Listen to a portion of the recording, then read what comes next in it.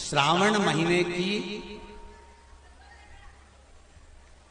दोनों अष्टमियों में से कोई भी अष्टमी, यह भी जरूरी नहीं है कि सोमवार की ही अष्टमी थी। श्रावण महीने की दोनों अष्टमियों में से कोई भी अष्टमी को बेर के पत्ते पर लाल चंदन, बेलपत्री के पत्ते पर पीला चंदन, शमी के पत्र पर केवल कोई चंदन लगाने की जरूरत नहीं, सादा केवल एकदम कुछ भी उसमें लगाकर नहीं, सिंपल। महाराज शमी के 5 पत्ते औषधि के रूप में लिए जाते। पर कोई कहे कि शंकर भगवान भांग का नशा करते हैं, तो ये संसार के लोगों को समझा देना कि शिव भांग का नशा, मेरा भोलेनाथ भांग का नशा नहीं। 2 बार पशुपति व्रत कर लिए, आपने ये कर लिया, आपने प्रदोष कर लिया, आपने सोमवार कर लिया, आपने सारे अनुष्ठान कर लिए, बहुत सारे उपाय भी करे, तो गुरुवार के दिन अगर शिव जी के मंदिर में पानी चढ़ाया जाए, जल चढ़ाया जाए, तो घर में विद्वत्ता का अनुभव होता है। महाराज शादी नहीं हो रही है, बहुत समय से लगन देख रहे हो, शादी नहीं हो रही, बहुत समय से परेशान हो गए कि विवाह ही नहीं हो रहा, हम तो टेंशन में पड़ गए, लड़की 28 साल 30 साल का लड़का हो गया, विवाह नहीं हो रहा, कुछ मत करो। श्रावण महीने की अष्टमी तिथि आए तो अशोक सुंदरी वाली जो जगह है वहां पर हल्दी की 7 बिंदियां लगा दो, लड़का लड़की का हाथ उस बिंदी पर रखवा दो, उसका नाम गोत्र बोलो, उसी हल्दी में उसके हाथ पीला करवा दो, और पीपल के पेड़ पर उस हाथ के 5 छापे पड़वा दो, 3 महीने में विवाह पक्का हो जाता है। महाराज उसका इतना, अशोक सुंदरी के उस हल्दी का इतना प्रमाण। विकलांग है, डॉक्टर ने कहा इस बच्चे का विकास नहीं हो रहा, बच्चे की बुद्धि काम नहीं कर रही है, बच्चे का शरीर काम नहीं कर रहा है, कहीं हाथ कहीं पैर में कहीं तकलीफ हो रही है, बच्चे का विकास नहीं हो रहा, 4 साल का हो गया, 5 साल का हो गया, 6 साल का हो गया, बुद्धि काम, तो उस जगह पर भी आप बच्चे से कहोगे ना बेटा शिव जी को जल चढ़ाने जा रहे हो ना, तो ये जो 2 चरण है ना जहां से पानी बहता है वहां स्पर्श कर आया करो और पानी पिया करो चढ़ाने के बाद। आप 15 दिन 20 दिन उस बच्चे से करवा कर देखो, कितना भी माइंड से हम यहां तक कहेंगे, जिस बच्चे की कोई शरीर में विकास नहीं और बच्चा कहीं पड़ा रहता है, मुंह में से राल टपकती रहती है, उस बच्चे के लिए भी अगर ये प्रयोग करोगे तो 2 से 3 महीने में वो बच्चा अपने आप धीरे धीरे शरीर का विकास होना प्रारंभ हो जाएगा। हर महीने आता जब आपके हृदय में कभी कोई बात आ जाए कि बाबा आज मेरा मन ये कह रहा है और आपको सुनना है बाबा, आपको स्वीकारना है बाबा, आपको मेरे मन की बात जानना है बाबा, बस हाथ में चंदन लगाया, बेलपत्री का भाग इस तरह से पकड़कर शिव जी से अपने हृदय की बात कहकर, मेरे देवादिदेव महादेव से दिल से कहकर, अशोक सुंदरी वाली जो जगह होती है, आपको बताया है अशोक सुंदरी का जो स्थान होता है, ये शिवलिंग या अशोक सुंदरी की जगह, इस बेलपत्र को अशोक सुंदरी वाली जगह पर जहां शिवलिंग है, शिवलिंग की साइड पर पहले नंबर की पत्ती का मुख होना चाहिए, बस उसको रख दीजिए और उस पर थोड़ी देर हाथ रखकर अपने हृदय की बात मेरे महादेव को दिल से कहकर आ जाइए कि अष्टमी या अगला प्रदोष या अगली शिवरात्रि जब आती है, मेरा महादेव आपकी मनोकामना का भाव पूर्ण करता है। जी का मंदिर तुम जा रहे हो, शिव जी पे जल चढ़ाने के लिए जा रहे हो, तो निवेदन है बीच में तुम्हारी मौसी, काकी, मामा, फूफा, सहेली, रिश्तेदार का नातेदार, बेस्ट फ्रेंड किसी का भी घर पड़ जाए,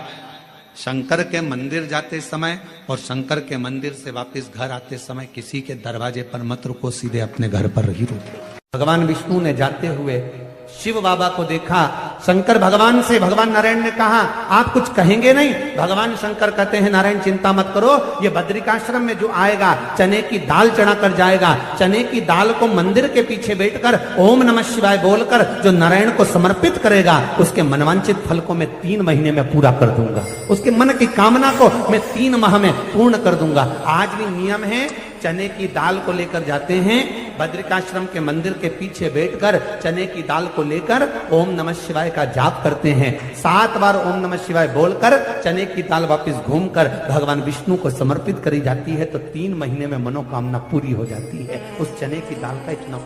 श्रावण महीने में 5 स्थान ऐसे हैं जहाँ का दर्शन आपके जीवन को एक आनंद प्रदान करता है।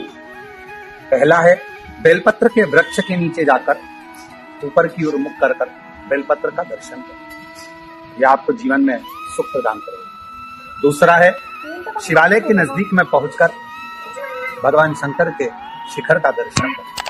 तीसरा है मंदिर के अंदर शिवालय में पहुंचकर नंदी का दर्शन करना। चौथा है भगवान शंकर के मंदिर में पहुंचकर जो जलाधारी लगी होती है, डमरू त्रिशूल रखा होता है, उसका दर्शन करना। और पांचवा है मेरे देव अधिदेव महादेव के शिवलिंग का दर्शन करना। यह हमारे जीवन को एक आनंद और सुख प्रदान करता है। श्री शिवाय नमस्ते।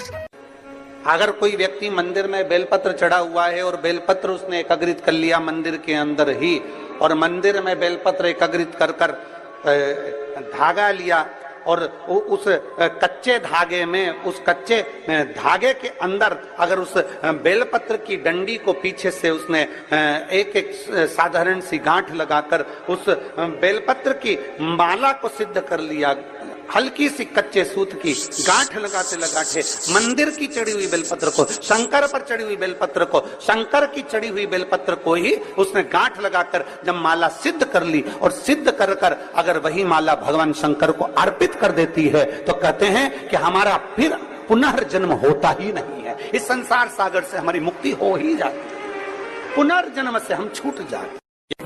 जिस पवित्र महीने में बाबा देव अधिदेव महादेव अपने भक्तों के लिए कुबेर का भंडार खोल देते हैं, ऐसे पवित्र महीने में आप शिव को पाने का प्रयास करें। शिव किसी भौतिक वस्तुओं से प्राप्त नहीं हो सकते। शिव को पाने का सबसे सुंदर तरीका है शिव के मंत्र का जाप करना, भगवान शंकर को जल अर्पित करना, समर्पण करना और बाबा देव अधिदेव महादेव के मंत्र जाप का स्मरण करना। वही सावन की मूलता है। मेरी जीजियों से, मेरे जीजाओं से, बेटियों से, बेटाओं से मंजिल तक पहुंचने के लिए पांव की जरूरत होती है और शंकर तक पहुंचने के लिए भाव की जरूरत होती है। मंजिल तक पहुंचना है तो पांव की जरूरत होगी और शंकर तक पहुंचना है, शिव तक पहुंचना है, शंकर से कुछ प्राप्त करना है, झोली पसार कर अपनी झोलियों में खुशियां प्राप्त करना है तो भाव की जरूरत होती है, केवल भाव।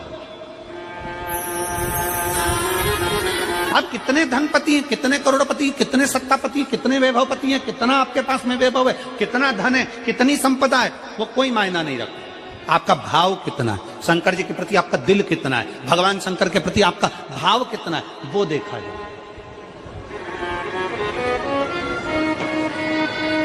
और कभी मौका लगे ना तो एक बार सीहोर कुबेरेश्वर धाम रुद्राक्ष महोत्सव में आकर देखिएगा।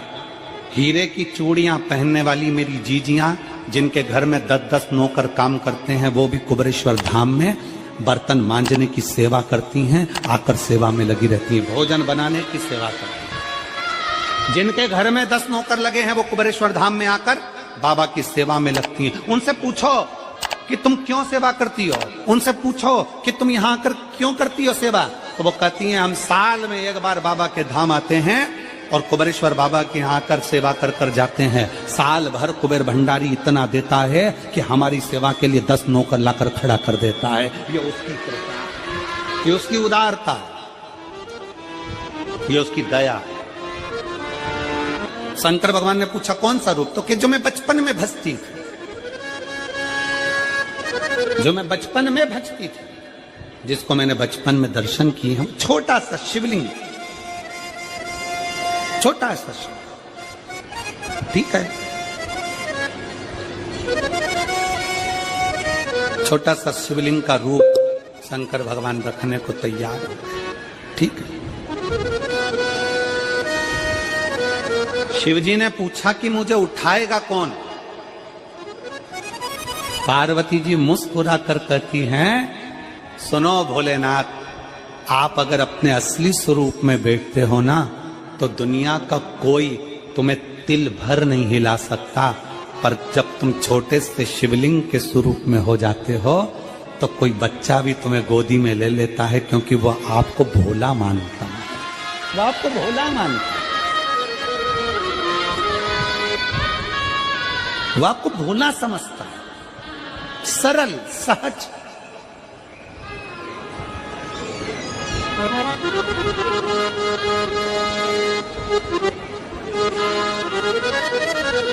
बहुत बड़ा दर्शन का फल है। शंकर भगवान की मूर्ति से दर्शन करने से ज्यादा बड़ा दर्शन का फल है शिवलिंग का दर्शन करना। स्वप्न में शंकर भगवान की मूर्ति को देखना, जटाजूट बांधे हुए शंकर जी को देखने से बड़ा फल है शंकर के शिवलिंग का स्वप्न में दर्शन करना। अगर सपने में किसी को शंकर का शिवलिंग दिखता है, सपने में कोई अपने घर से पानी चढ़ाने शंकर को जा रहा है, मैं लोटा भर के जल चढ़ा रही हूं, सपने में दिख रहा। और कई कई ऐसे भी होते हैं जिनको सपने में दिखने की जगह वो सपने में चल भी देती है।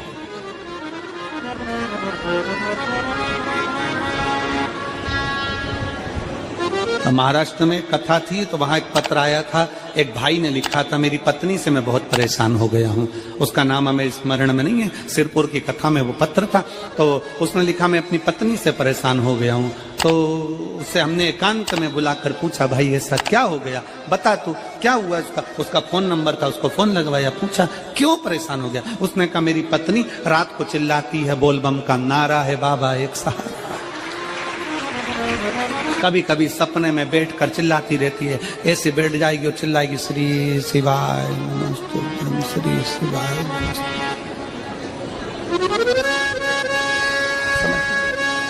और तो और यहाँ तक तो चल जाता है गुरुजी, पर इससे आगे नहीं चल पाता है। हमने पूछा इससे आगे क्या। नींद में रसोई घर में जाना चाहिए, बाजू में बोतल रख के सोती है ना पानी पीने की, वही बाटल उठ के मेरे को शंकर जी समझ के उंडेल देती है। दिक्कत नजदीक तक, यहां तक भी चल जाएगा कि श्री शिवाय नमस्तुभ्यं जप है, और ये भी चल जाएगा कि बोल बम का नारा है और बाबा है, पर ये नहीं चलेगा कि वो पानी की बोतल ठंड में मेरे ऊपर डाल दे उंडेल की। ये पास हमने कहा तू कल अपनी धर्म पत्नी को लेकर आना। उसकी पत्नी आई, आंखों से उसके नीर बह रहा था, जल, आंखों से जल बह रहा था। जैसे आज गाड़ी चलाकर लेकर आने वाले जो भाई थे, अब कमल जी आपने किसको भेजा था हमें नहीं मालूम, जो गाड़ी चलाकर आज लेकर आए थे हमको लेकर, उनकी आंखों में जल भरा हुआ था। वो कह रहे थे जब पहले गुड़ियारी में कथा थी, सबसे आखिरी में बैठकर कथा सुनी थी, एक विनती करी थी बाबा से कि बाबा बस ऐसा कर देना। दूसरी कथा मैंने रायपुर के पास में जब हुई अमलेश्वर में, तब कथा के मध्य में बीच पंडाल में बीच में बैठकर सुनी थी। फिर वहां भी बाबा से एक विनती करी थी, और आज मेरे बाबा ने ऐसी कृपा कर दी कि आपके नजदीक में बैठकर गाड़ी चलाकर यहां तक पहुंचा।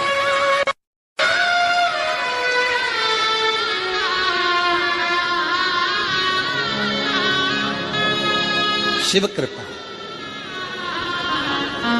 गाड़ी चलाते चलाते उनकी आंख में जल था, तो हमने उस दीदी से पूछा, जी तुम रो क्यों रही हो, ये बताओ रोने का कारण क्या है।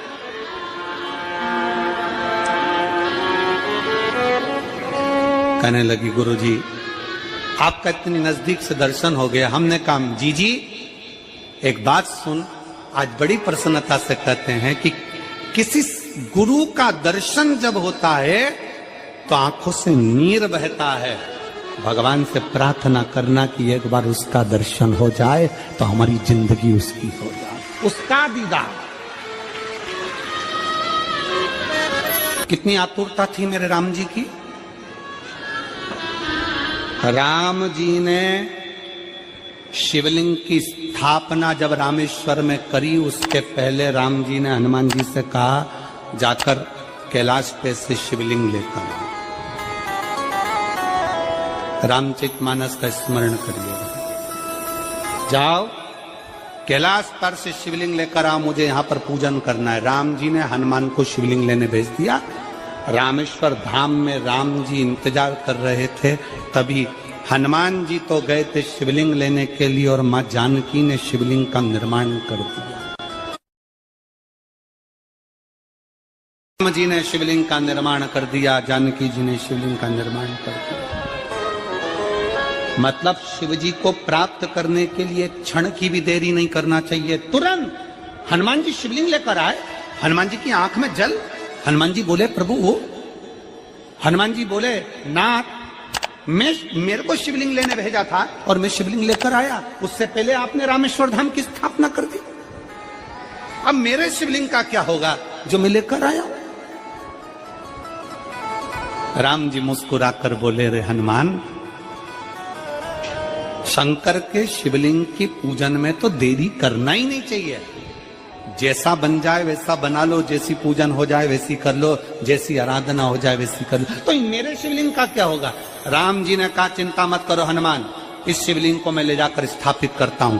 एक शिवलिंग हनुमान जी महाराज का स्थापित करा, एक शिवलिंग सीता जी के हाथ का राम जी ने स्थापित करा। जो सीता जी के हाथ का स्थापित करा वो रामेश्वर शिवलिंग हुआ, और जो हनुमान जी के हाथ का स्थापित किया वो हनुमतेश्वर शिवलिंग हुआ, जो आज भी रामेश्वर में विराजमान।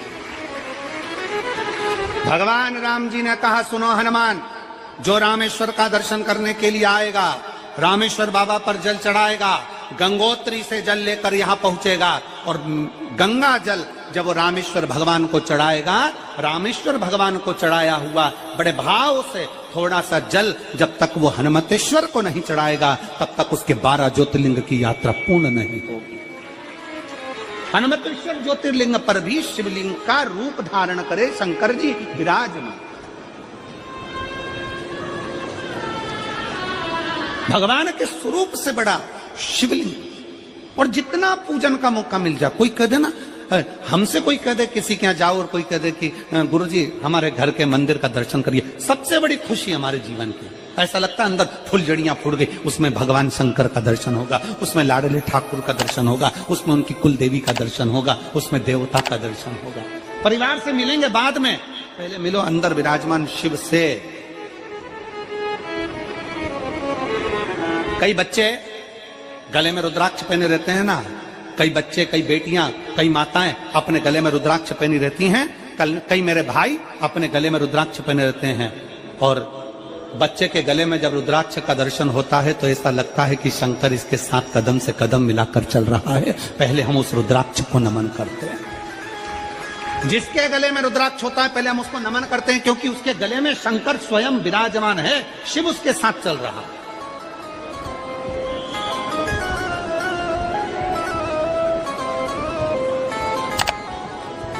शिव उसकी साक्षी दे रहा है।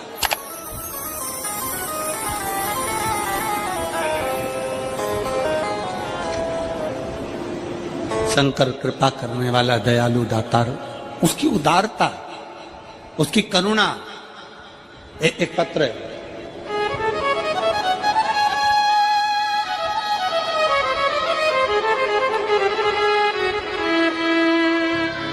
मेरा नाम जानकी देवी, पति श्री बुधराम, शिव के अधीन होकर, शिव के अधीन, शिव की शरणागति ग्रहण कर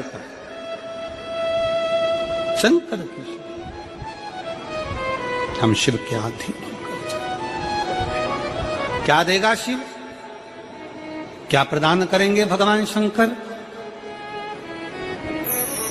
मेरी जीजियों, मेरे जीजाओं, मेरी माताओं, मेरे भाई, मेरी बहनों, मेरी बेटी और बेटाओं, जो ये तुम्हारे पास में आकर कोई टॉफी बांट देता है, तुम्हारे पास आकर कोई पानी बांट देता है, तुम्हारे पास आकर कोई बिस्कुट बांट देता है, बाहर जाते जाते कोई खिचड़ी बांट रहा है, कोई चावल बांट रहा है, कोई सांबर बांट रहा है, कोई पूड़ी बांट रहा है, कोई सब्जी बांट रहा है, उस व्यक्ति का नंबर भी लेकर रखो और पूछना कि 3 महीने में तूने जो रायपुर में किसी का मुंह झूठा कराया था, तेरे को 3 महीने में बाबा ने दुगना चौगना दिया कि नहीं दिया। उससे पूछना